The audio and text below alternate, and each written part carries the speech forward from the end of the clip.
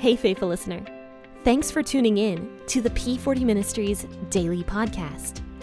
This podcast is dedicated to helping you grow spiritually so you can grow personally. Let's grow together by building a consistent Bible reading routine. This is Jen, your host, and today we will be discussing the book of Matthew.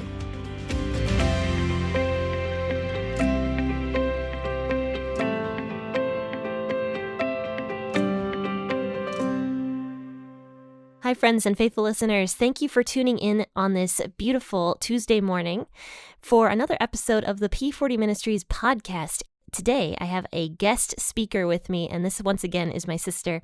She came on the podcast several months ago, I think it was, a couple months ago. She came on and talked with us, and now she is here again, and this is my sister, Jamie, and of course, as always, I am your host, Jen here.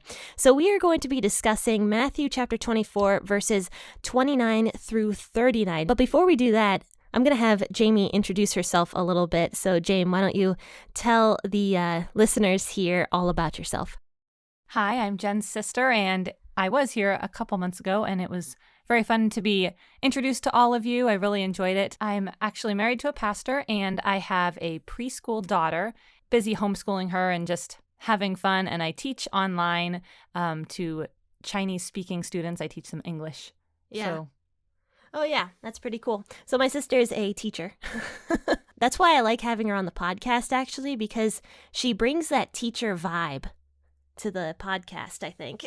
Oh, thanks. Yeah. Okay, so let's go ahead and read this. Matthew 24, verses 29 through 39. I will be reading out of the WEB version of the Bible this morning. And let's see, James, do you want to read this for us? Sure. Okay, go ahead. But immediately after the suffering of those days, the sun will be darkened, the moon will not give its light, the stars will fall from the sky, and the powers of the heavens will be shaken. And then the sign of the Son of Man will appear in the sky. Then all the tribes of the earth will mourn, and they will see the Son of Man coming on the clouds of the sky with power and great glory.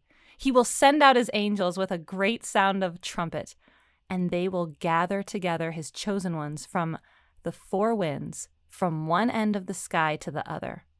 Now from the fig tree learn this parable. When its branch has now become tender and produces its leaves, you will know that summer is near. Even so you also, when you see all these things, know that he is near, even at the doors. Most certainly I tell you, this generation will not pass away until all these things are accomplished. Heaven and earth will pass away, but my words will not pass away. But no one knows of that day and hour, not even the angels of heaven, but my Father only. As the days of Noah were, so will the coming of the Son of Man be. For as in those days which were before the flood, they were eating and drinking, marrying and given in marriage, until the day that Noah entered into the ship. And they didn't know until the flood came and took them all away. So will the coming of the Son of Man be. See what I told you guys about bringing that teacher vibe to the podcast? It was very dramatized. I liked it a lot. It was great. So, James, what do you think about this passage? What was something that stuck out to you the most about this particular portion of Scripture, do you think? Just the necessity of Christians being ready, realizing that this life is really preparing for our eternity with our Lord and Savior. Right.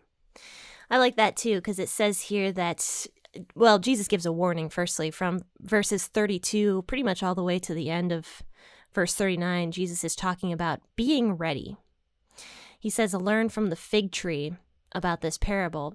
So, for example, fig trees typically get their leaves right before summertime. And so Jesus says to learn from the fig tree.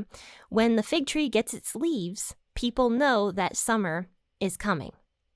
Now, you might not know the exact day of summer. I mean, we can predict summer coming, but it might not fall on that exact day because it would still be cold outside, maybe. I don't know. Jesus tells us to learn from the fig tree that when the fig tree gets its not its branches, but its leaves, that summer is on its way.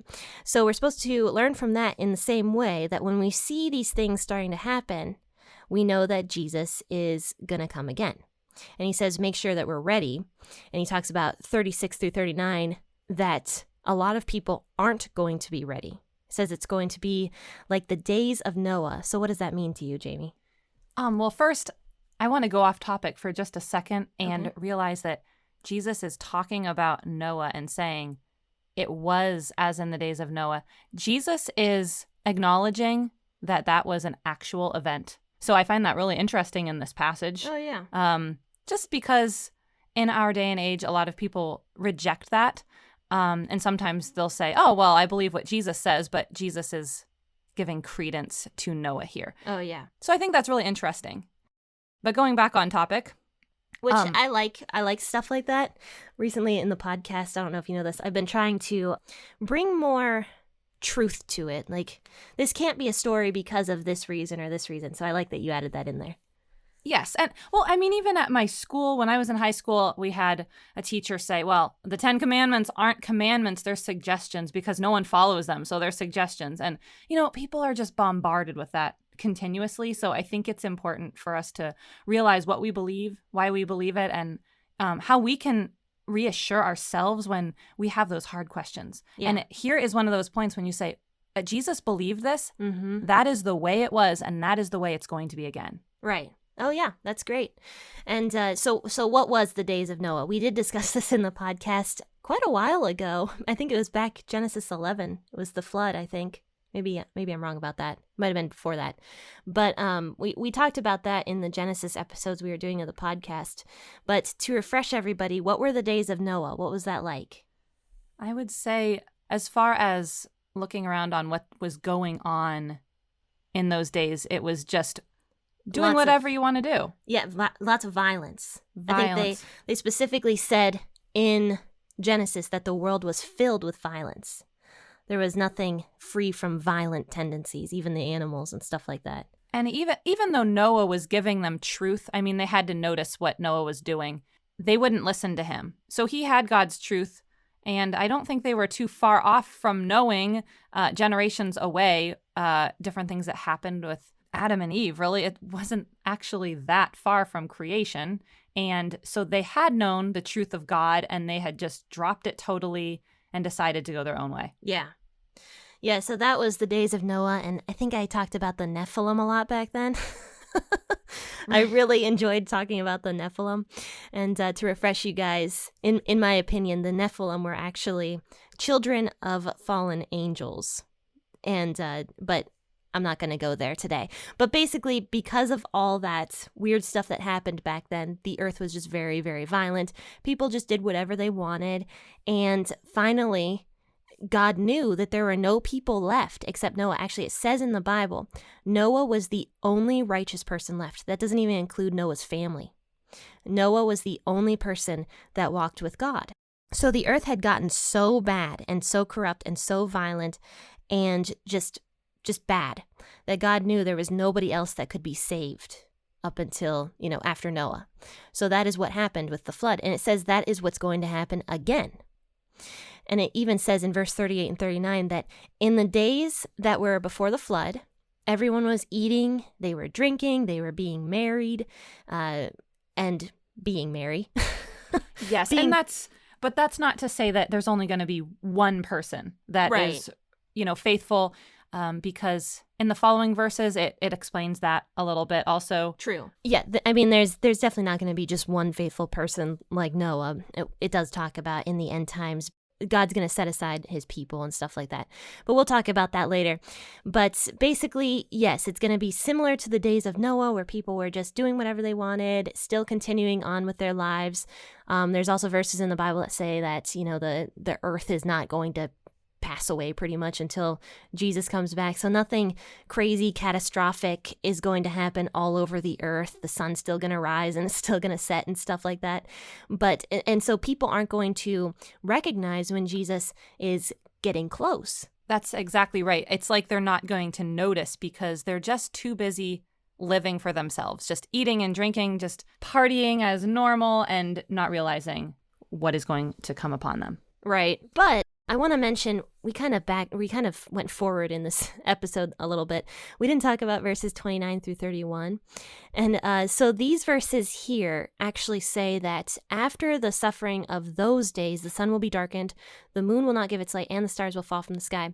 The powers of the heaven will be shaken. So this is at the time when these people are giving into marriages and stuff like that.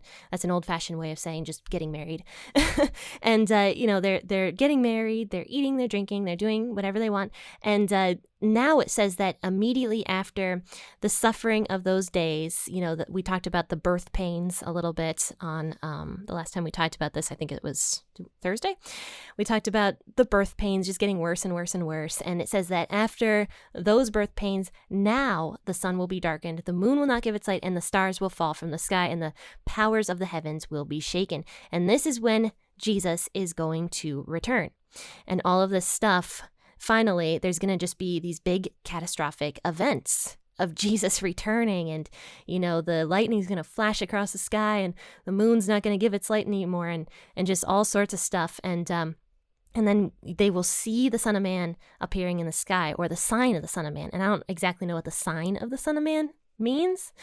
I was actually reading about that, and some people think that there's just going to be a big old giant cross in the sky, but I don't know. We don't know what that means. But once they see this sign of the Son of Man, it says everyone is going to recognize that Jesus is there. Everyone. It says all the tribes of the earth. So every single race of people on the earth, it says they're going to mourn, and they're going to see the Son of Man coming on the clouds of the sky with power and with great glory. And then he's going to send out all of his angels. They're going to gather together his chosen ones from the end of the sky to the other. And I think that's also when we talked about a lot of the parables Jesus talks about, where, the tares with the wheat, the tares were the ones that looks like wheat. So for example, if somebody's planting wheat, there's a weed called a tare that sometimes will get stuck in those wheats, and it will look like a wheat at first, but it is completely useless. It's a piece of garbage. It's a piece of garbage. There's no food there. No, there's no food there. And so when Jesus talks about the tares with the wheat, he says that his angels at the end of the time is going to take all the wheat and the tares together, and they're going to take the tares out of the wheat and throw them into the fire. We've talked about so many parables like that. There's so many you can mention about Jesus talking about separating the people who pretended to be Christians that actually weren't, and just all sorts of stuff. There's so much we could get into with these few verses here, but this one is kind of overwhelming. I told Jamie before she got on the episode with me, I'm like, this is going to be a really hard episode to talk about today. And she read it, and she's like, this is overwhelming. Like, oh, yes, thank you for this chapter. I love this chapter, but sometimes to explain it, sometimes people have fear around it and other things, and it's not something that a Christian should fear also. Oh, yeah. We talked about that too a little bit. Yeah, that's really important, because this is what we're living for, but it's also a warning to us to be watching, be ready, be living our lives for Jesus each and every day. Yeah. Yeah, and we talked about that because, God always wins in the end, and it says in the Bible that basically this time period when Jesus comes back, it's not for us. It says that specifically in the Bible. It says that the Christians are not going to be in that wrathful time. It's not made for us. Right. This is made for the people in the days of Noah. It's actually very similar to the days of Noah in that way as well, where Noah was on the ship. Yeah. And Noah was saved. Yeah, he was completely saved. And so it's the same thing with us. We don't have to fear this or be afraid or anything like that. This is in God's perfect plan. And after this, we're going to be in comfort forever with Jesus as well. So that's something we can take comfort from even when we read these kinds of things here in the Bible, that, Jesus is always in control, and he knows exactly what's going to happen here, and it's not meant for us. And that is why it is such an important chapter to discuss, because we don't want these people, for example, fake Christians, to continue being fake Christians. We want them to have the truth inside of them and hold on to that truth, basically, and not become one of those weeds within the wheat, but become a nice stalk of wheat. Yes. That's a bad analogy, but well, not really. Jesus gave it, but I mean, yeah, that's what I mean, though.